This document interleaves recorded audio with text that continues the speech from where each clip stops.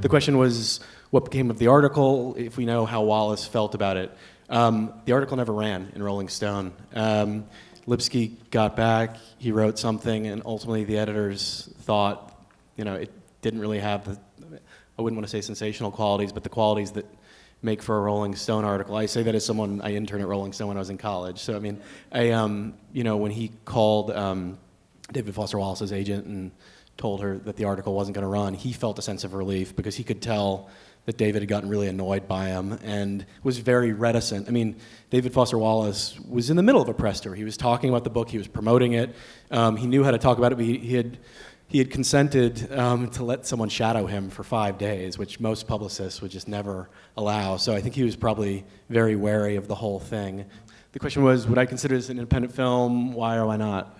Yeah. I think independent film is sort of this vague term. It can be the financing, where the financing came from.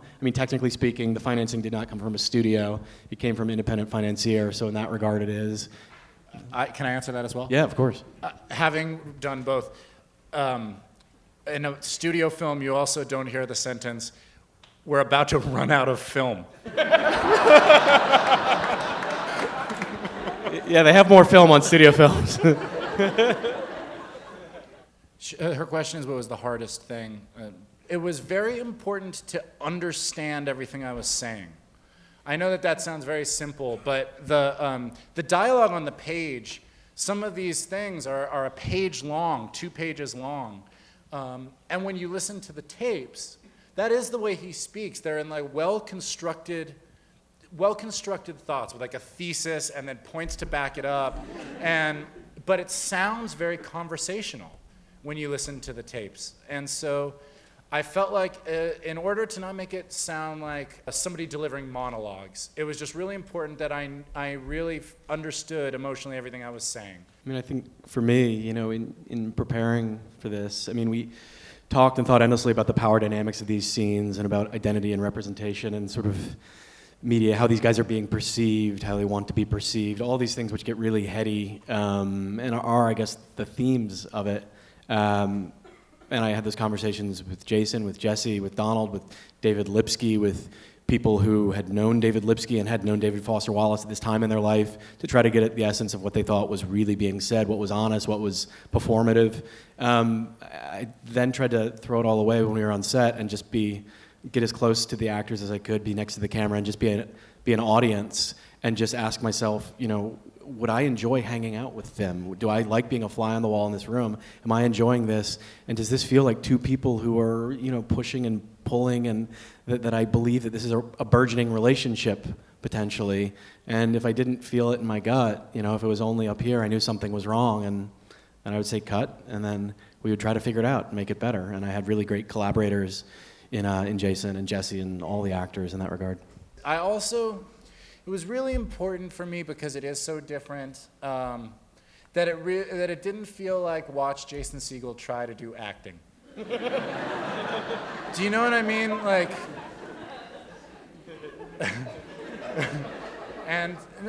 But that's a real pitfall I think that one could fall into, is just the slight glimpsing self-satisfaction, maybe, And I also really took seriously how much David Foster Wallace means to people and to his readers and to the people who knew him. So I wanted to approach it with real respect. But what I found when I started really getting into it and started really delving into how I felt about Infinite Jest is that I just really identified with so many of the feelings. I think that this movie is this moment in a man's life where he's been toiling at something, and out comes this 1,000+ page novel. In terms of getting it out, that ought to do it. And then it's as well received as a book could be. So everything that you hoped for over those years of toiling comes true. And then you realize, oh no, I still feel the same. And I think that's like a really scary idea. It's a really scary moment.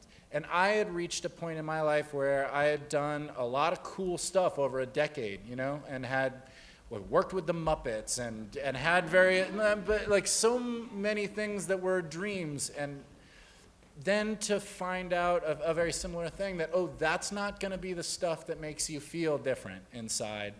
I just really kind of locked into that idea because I think it's a very, very relatable human thing. And to me, it's what the movie is about. I mean, that's my job. James sees it from above, and I saw it from the perspective of the guy playing David Foster Wallace. But I just felt like that's what the movie was about, is this, the same thing Infinite Jest is about, is that we need to really consider where we place our value. It was also really important to James and I that it not feel like an impression.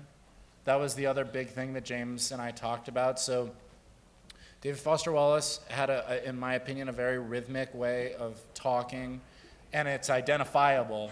So it was important to get that and to get some of the physicality, but then also never to feel like you were watching somebody do an impression, because it's not what the movie's about, you know? So I just think James pushed me at every moment to be as honest as I possibly could. That was my takeaway from the experience, and it's how I would like to do every movie from now on. It's this question of what is this about? When someone asks you what is the movie about, you should be able to say something other than the plot, you know? I'll tell you something that I haven't talked about very much, but at some point, the movie started out as one thing for me. It started out as sort of a compressed time love story, a platonic love story, the stages of a relationship from beginning to end. And after, Jesse and I drove to work together every day, and we'd go over our lines, then we would do the scenes, and then we would drive home together, and it was just a very intimate experience. And at some point, about a week in, the movie changed for me to being about a guy talking to his younger self, talking to himself on the other end of the tunnel. Like, be careful. Everything that you're wishing you're going to get. And be ready, because you're not going to feel the way you think that you're going to feel. And you're being kind of a dick right now. And I remember being that dick, and it's not going to feel good later. It really, when that happened for me mentally, the movie kind of changed. But thank you for your compliment.